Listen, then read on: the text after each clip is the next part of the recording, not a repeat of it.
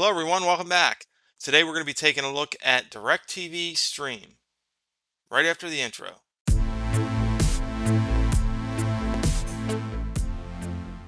Okay folks, so I've done some reviews on the AT&T streaming TV service before, and it's been rebranded a couple of times. It was originally DirecTV Now, then it became AT&T TV.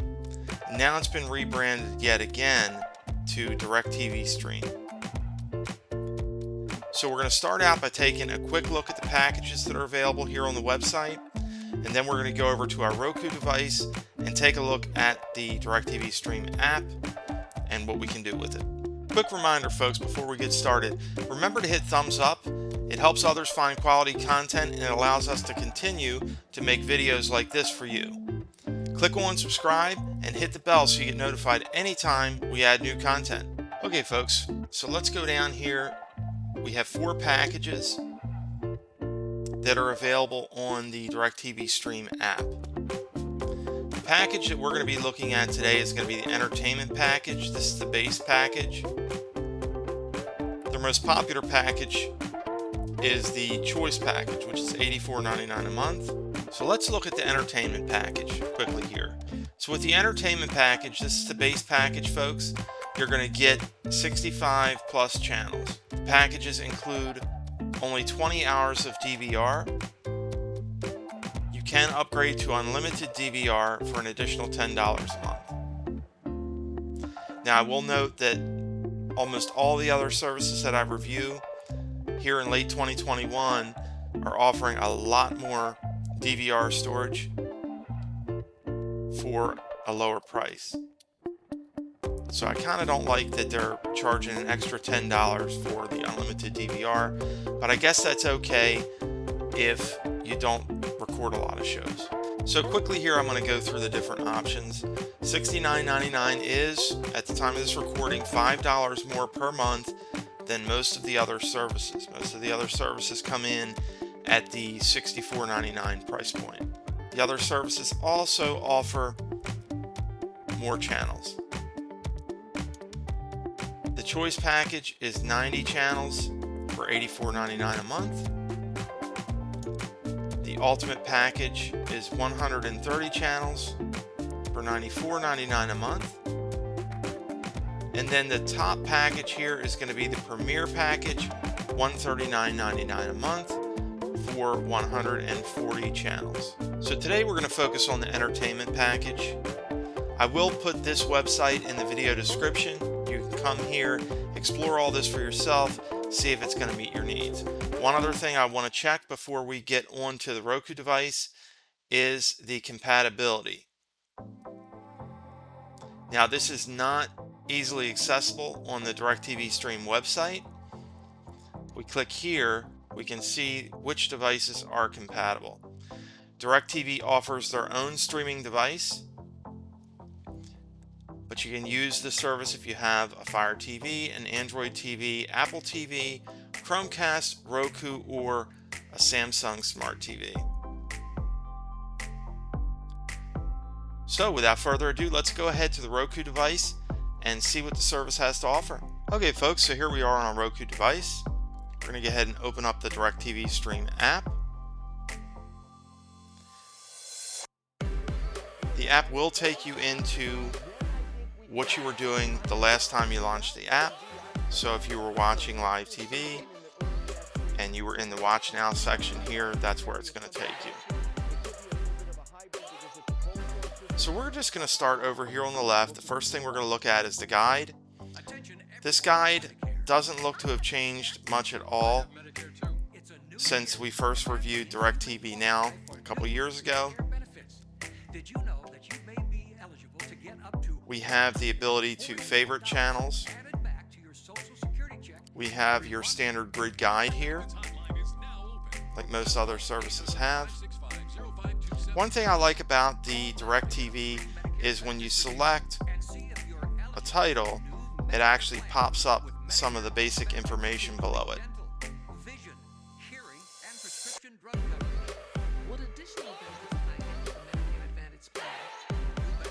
Now if we go over to the left here, we can filter the guide.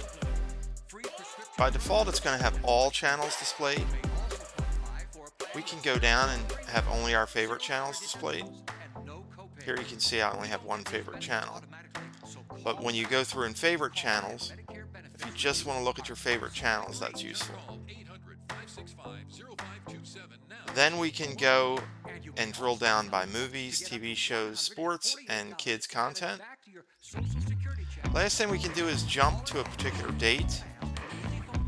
So for example, if we want to see what's coming on tomorrow, we can jump to tomorrow and see what's coming on.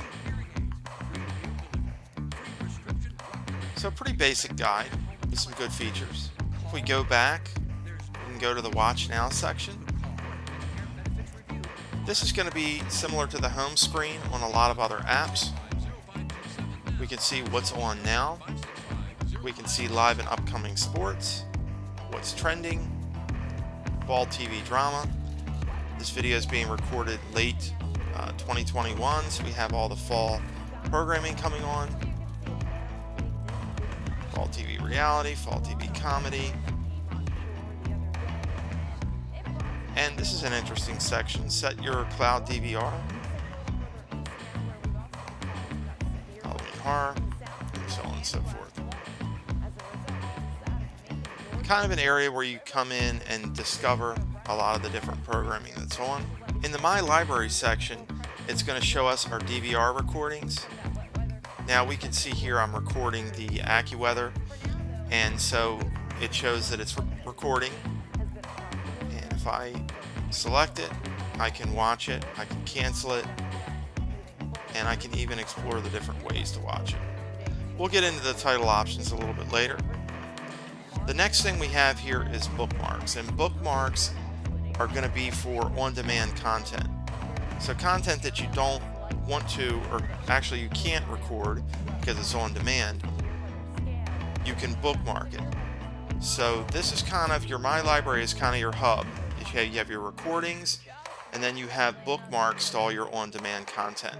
Next, we're going to go to the on-demand section. This is going to be the strongest area for this app.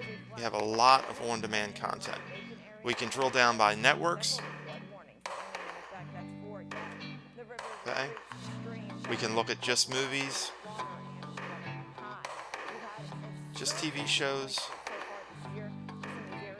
The app is pretty responsive as well.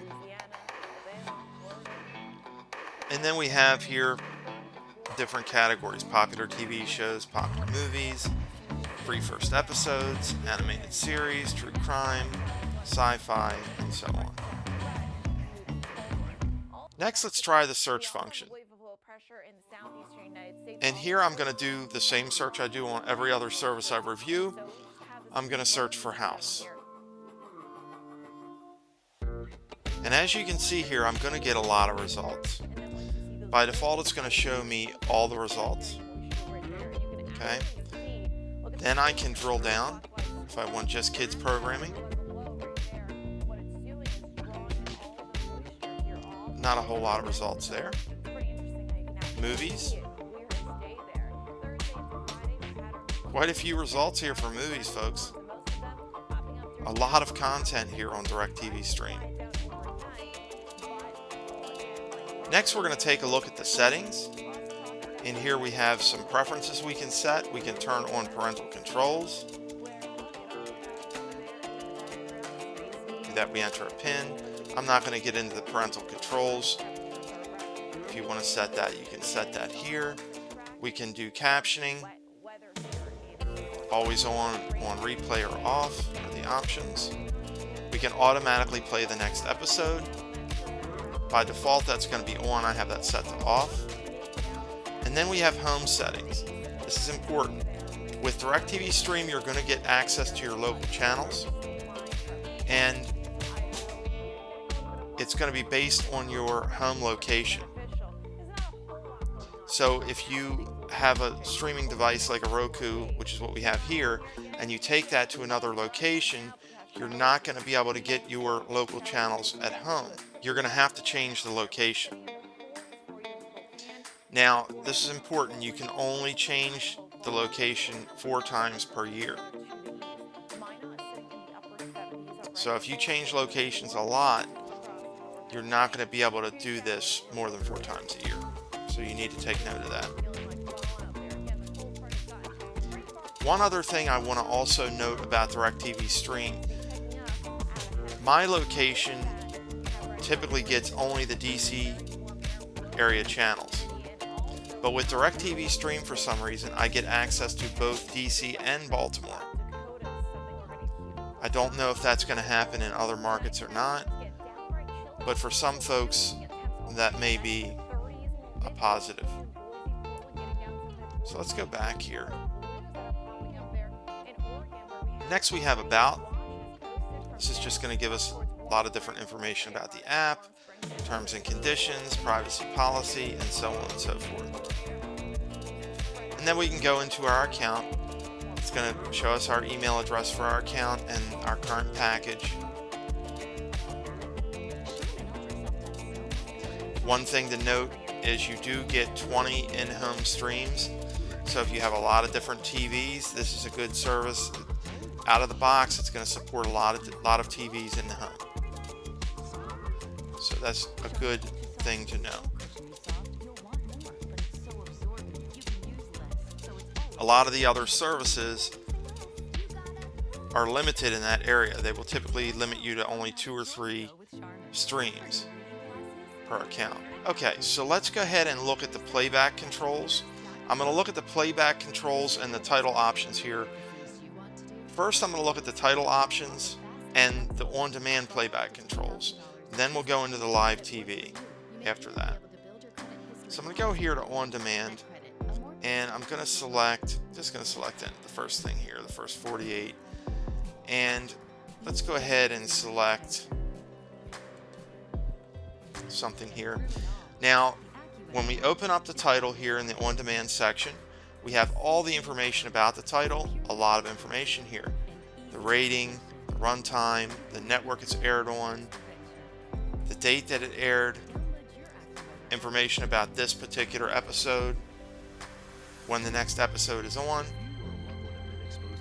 And from here we can watch it now, we can record the episode, we can bookmark it, and we can also view all the episodes. So some pretty good options here when you go into a title. So let's go ahead and say watch now.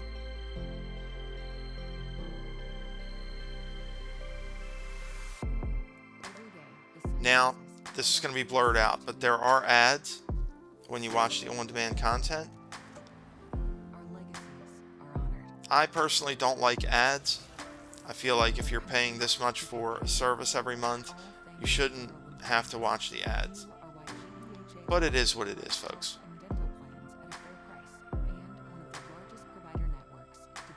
In a second here, the ad will stop playing. Here we are. So let's go ahead and pause. And when we pause, we can see we have our play and pause. We can skip back 15 seconds, skip forward 30 seconds. We can fast forward, we can rewind. This will take us back to the information about the title. Over on the right here, we can turn closed captioning on if we need that. Another thing we can note here is the ad breaks. So if you look at the little gray bar that's going across underneath of the time, we can see that there's breaks, and that's where the ads are going to be displayed. Okay, so pretty basic playback controls for on-demand content. Okay folks, so let's go ahead and look at the playback controls for live TV. This is the last thing we're going to do here. So I'm going to select this. I can play and pause. I can skip back 15 seconds, skip forward 30 seconds. I can fast forward and rewind. The 2 additional controls that I have here for live TV are the start over, that little arrow that's going all the way back, and then the arrow that's going to a flat line there, that's going to take me back to the live TV. So if I paused or I did a rewind and I want to get back to the live TV quickly, that's where I would hit that button. But otherwise, all the controls are the same as they are for an on-demand title. So let's go back here. So the app is pretty basic, but folks, I'm just not seeing the value for the price and for the limited number of channels. There are a lot of other services out there that are going to give you more for your money. As I said before, the one area where DirecTV Stream does stand out above all the rest of the services is in the on-demand content. But that's pretty much it, folks. This is DirecTV Stream, and it's a decent service, but I just think it's a little too expensive and doesn't offer enough channels to justify the price. Folks, if you like this video, please give it a thumbs up. It helps others find quality content on YouTube, and we really appreciate it. Click on subscribe, and then click the bell to get notified anytime new content is added. As always, comments, questions, and suggestions are welcome below, and we thank you very much for watching.